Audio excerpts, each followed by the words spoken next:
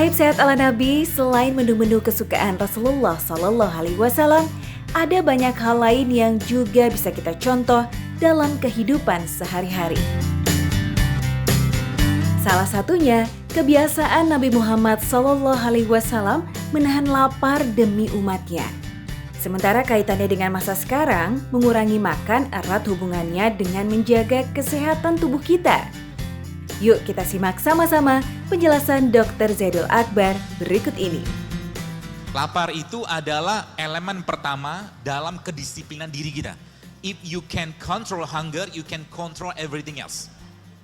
Kalau Anda bisa ngontrol lapar, maka Anda bisa banyak kontrol yang lain gitu kan. Kata kuncinya itu, sehingga apa? Baik, kalau sering saya sampaikan, kapan waktu makan terbaik? Waktu makan terbaik, kalau kita nanti bahas bagaimana sains menjelaskan itu dan bagaimana Nabi menjelaskan itu, maka waktu makan terbaik adalah saat matahari terbit dan sebelum matahari tenggelam. Masya Allah, Nabi Muhammad Sallallahu Alaihi Wasallam dikenal sebagai pemimpin atau khalifah yang mementingkan umatnya. Berbagai cara dilakukan Rasulullah agar umatnya dijauhkan dari rasa khawatir dan umatnya dapat hidup sejahtera. Umar bin Khattab, sahabat Nabi, menyaksikan sendiri Nabi Muhammad SAW sering menahan lapar sampai mengganjal perutnya dengan batu saat mengimami sholat. Masya Allah.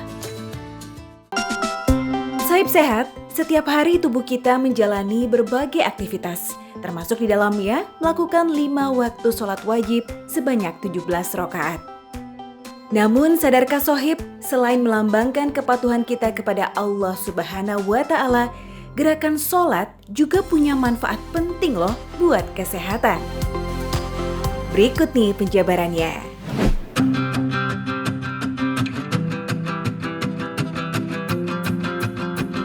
Sholat subuh dipercaya bermanfaat sebagai terapi paru-paru. Ya, hal ini berhubungan dengan jam detoks organ paru-paru yang aktif saat pukul 3 hingga pukul 5 pagi. Sehingga bangun di waktu subuh dan menghirup udara segar di pagi hari sangatlah baik untuk kesehatan pernafasan kita.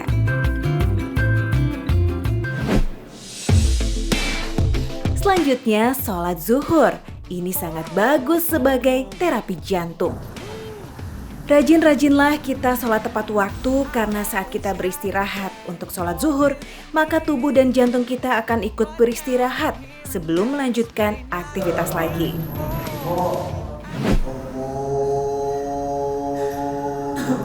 Nah, sedangkan sholat asar bermanfaat untuk kesehatan kandung kemih. Gerakan sholat di waktu asar yang merupakan peralihan dari panas ke dingin sangat baik untuk merangsang kandung kemih dan bekerja jadi lebih baik. Allahu Akbar. Terakhir, sholat maghrib dan isya dipercaya mampu menjaga fungsi ginjal kita agar tetap sehat dan optimal.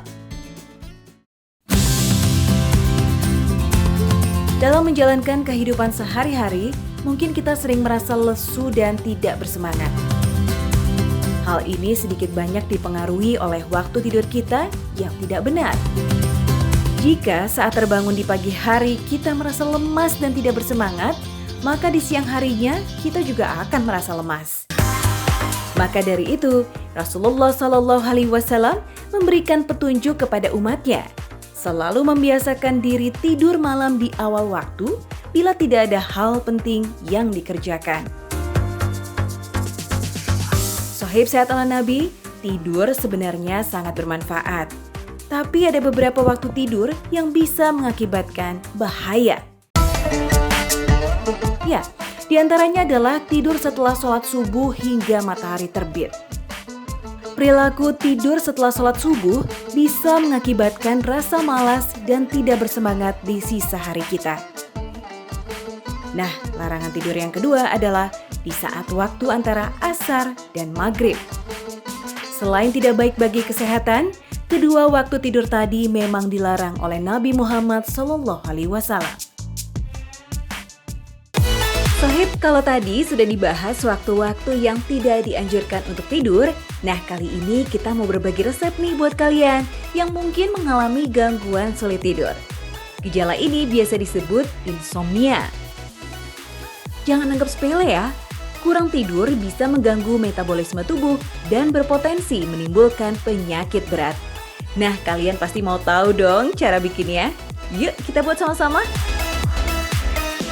Assalamualaikum Sobat Sehat, kali ini kita akan membuat ramuan anti insomnia. Jadi buat Anda yang susah tidur, nah ini ramuan sederhananya nanti bisa diikuti di rumah ya. Apa aja bahan-bahannya? Ada daun pandan, lalu ada kunyit, ada jahe, dan juga madu. Pertama, kupas bersih 1 ruas jahe yang sudah dicuci. Minyak atsiri jahe bisa merelaksasi saat tubuh merasa lelah. Lalu lanjut kupas kunyitnya. Berikutnya, potong kecil-kecil 1 lembar daun pandan. Nah, kandungan ini yang kaya akan zat positif untuk gangguan susah tidur. Sekarang tinggal dicampur deh. Jadikan semua bahan ke dalam 1 gelas. Seduh dengan air panas. Aromanya harum semerbak, khas rempah-rempah. Baru mencium aromanya saja, tubuh kita seperti terbius dan terasa lebih rileks. Ramuan juru sehat Rasulullah ini sangat disarankan untuk dikonsumsi oleh kalian dengan aktivitas harian yang padat dan menguras tenaga. Alhamdulillah Sohib Sehat, ramuan anti insomnianya sudah selesai. Nah ini kandungannya Masya Allah, ada pandan yang sebagai zat penenang dan juga pewarna alami. Terus ada jahe untuk meningkatkan imun tubuh. Kunyit ada kandungan kurkumin sebagai anti peradangan. Dan apalagi kalau sudah hangat tadi ditambahkan madu. Madu itu bisa melancarkan peredaran darah. Nah ini bisa diminum pada saat sahur, jadi nanti tubuh akan lebih rileks, malamnya bisa tidur lebih nyenyak, Insya Allah.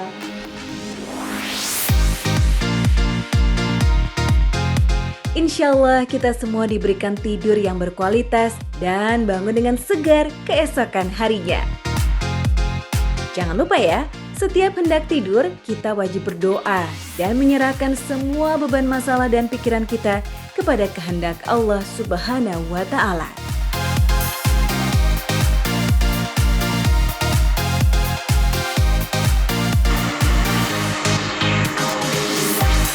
Jadi deh Sohib, menu buka puasa untuk hari ini.